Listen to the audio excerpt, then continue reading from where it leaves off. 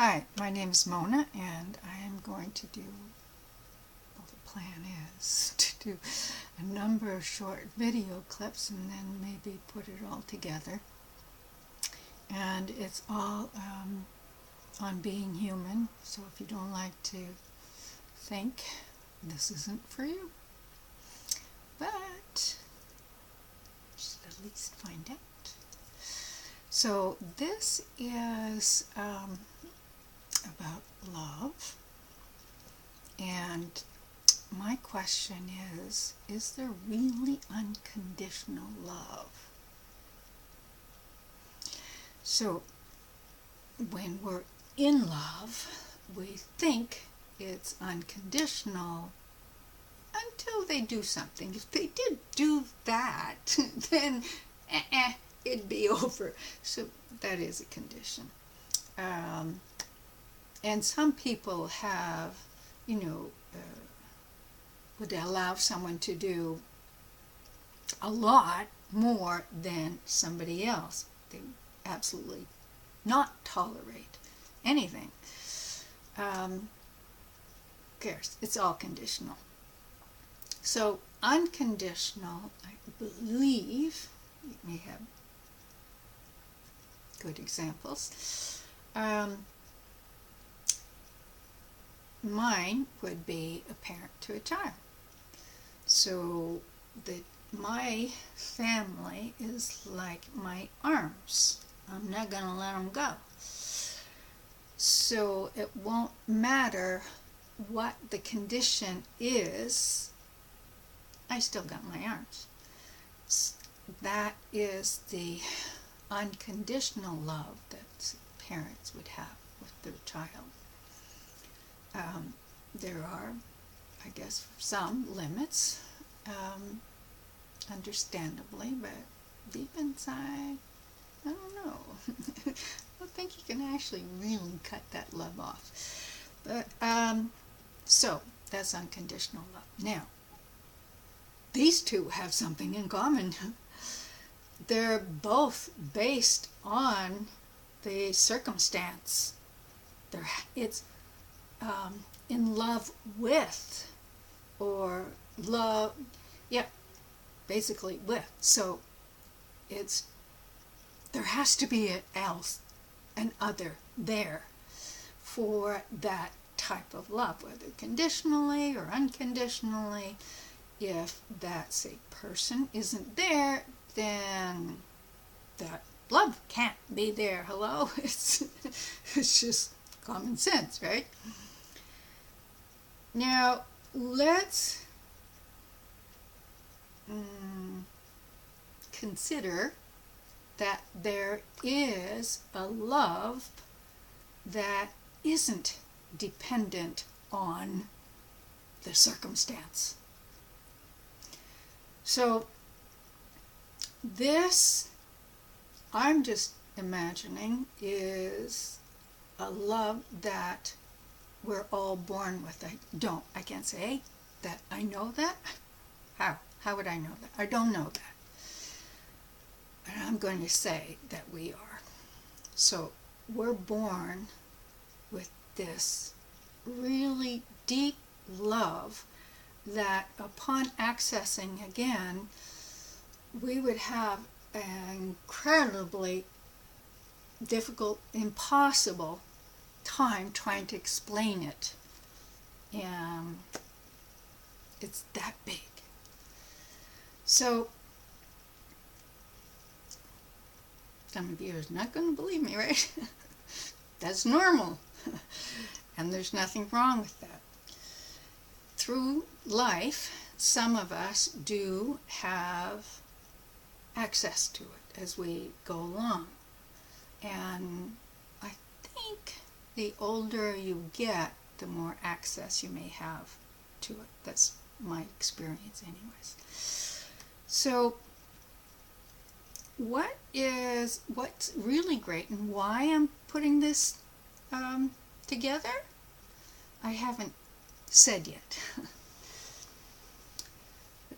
This love is so huge that upon somebody else not loving you, you're not changed. You're still loved. Your door is still open for them. Upon someone saying they absolutely think you're terrible, and I've had this happen. You're this and this and this and this and this and this and this and this and this and that. Well, just think about it. What is going on with that person is what's sad.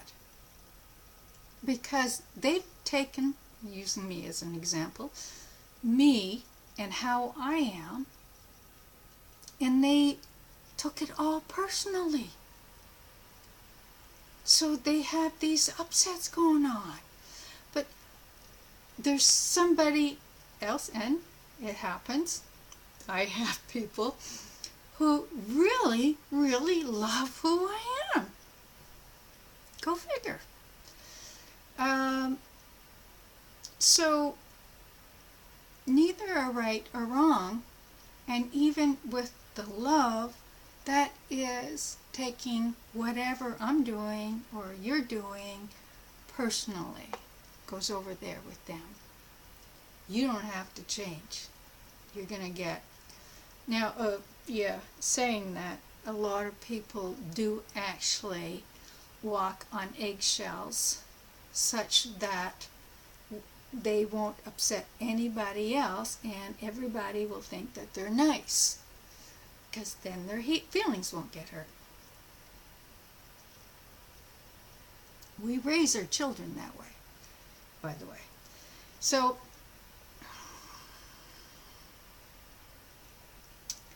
being or having access to this love, and for lack of another term, I'm going to call it soul love. And I'm sure other people that are in that spiritual realm, metaphysical, are going to call it something else, and people in religion are going to call it access to God and all of that. But all I have is the experience of it. I don't know what it is, and I'm calling it love because it was huge, and that's what it feels like. So, pardon me, this is available, and it's available for you and our children. And why I'm saying this might be good to take a look at is that upon having this love, which is a huge self-love, but it's huge self-love, you don't take all these other things personally. You can be aware. You can be aware of your own thoughts. You can be aware of, okay, that person is having that thought. And you may need to set a boundary, but you're still not taking it personally. It's over there with them. And you can try to alter how they see you or see what's going on, which sometimes helps and sometimes doesn't. But whatever it is this absorption of everything that comes in, and you have this huge opinion coming out of pretty much everything. Yeah. So when you have so much love for yourself, it's okay to be stupid. It's really okay to be stupid. Why not? And my personal opinion on that is that it's kind of stupid to think that you're never stupid, because that's kind of impossible. But if someone, maybe I am arrogant. I've caught myself and thought, oh wow, wasn't that arrogant of me? But I don't make myself wrong for it. I'm not shame of it. So if, for example, there's an obese child in which these kids over there